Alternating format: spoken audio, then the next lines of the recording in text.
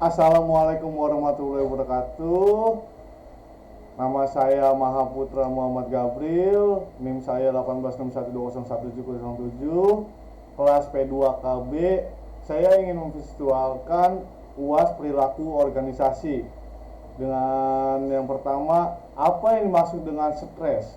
Dan sebutkan definisi stres menurut para ahli serta bagaimana mengatasi dampak dan mengelola stres yang ingin dilakukan kerja organisasi. Oke, kita ngomongin stres.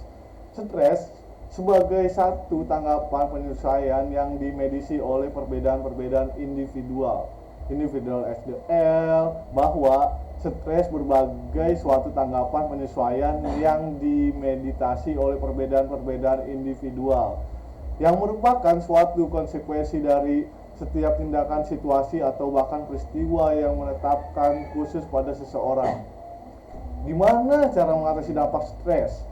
Nah, contohnya seperti memotivasi diri kita sendiri dan inspirasi hidup yang lebih baik dan untuk mengelola stres, memiliki motivasi kerja yang sangat tinggi, ringkasan untuk bekerja keras, dan memiliki kebutuhan berprestasi yang lebih kuat sehingga mudah untuk menyimpulkan target atau tugas-tugas sebagai tantangan. Nah, yang kedua, jelaskan model keseimbangan tersela The Prices Economy Model dan sebutkan gambar PDWN dalam kelompok kerja dan tim kerja. Oh, itu masuknya dalam tim kerja ya.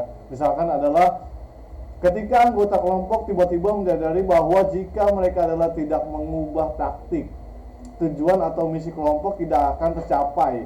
Krisis paruh daya atau eksperimen kelompok ditunjukkan oleh perbuatan yang dilakukan dalam teknik didirikan oleh semburan aktivitas dan energi yang dirancangkan untuk menyelesaikan tugas tersebut. Jadi intinya adalah model ini digunakan saat deadline atau sudah mendekati tetapi belum ada perubahan keputusan apapun. Kalau misalnya anak kampus, sistem kebut semalam. Dan yang ketiga adalah sebutkan definisi tipe atau hambatan komunikasi dan jelaskan komunitas lintas budaya. Kalau kita mau ngomongin budaya, ya kan, komunikasi adalah pertukaran informasi, ide, data, atau perasaan ataupun pikiran antara dua orang atau lebih. Hambatan komunikasi yang terjadi ketika penerima hampasan yang dikirim oleh pengirim serta adanya umpan balik yang menunjukkan kesamaan penerjemah dari pesan tersebut. Namun, adanya hambatan komunikasi dapat mengakibatkan tergantungnya proses komunikasi. Nah, itulah masing-masing dalam komunikasi. Dan keempat, sebutkan definisi kemampuan menurut para ahli, sedangkan dengan perusahaan organisasi tempat Anda bekerja. Organisasi bekerja ya. Sindrom. Menurut ahli sindrom, mendefinisikan kepemimpinan adalah proses mempengaruhi orang lain dalam proses memvindikasi usaha individu atau kelompok untuk mencakupi tujuan bersama.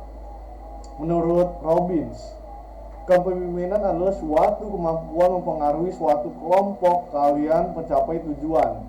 Definisi kepemimpinan di tempat saya bekerja, ya ini sih saya pas waktu saya magang ya, mampu menyelesaikan permasalahan yang ada di solusi terbaik di sisi lain karena di bidang setempat saya magang adalah penjualan dan layanan transportasi.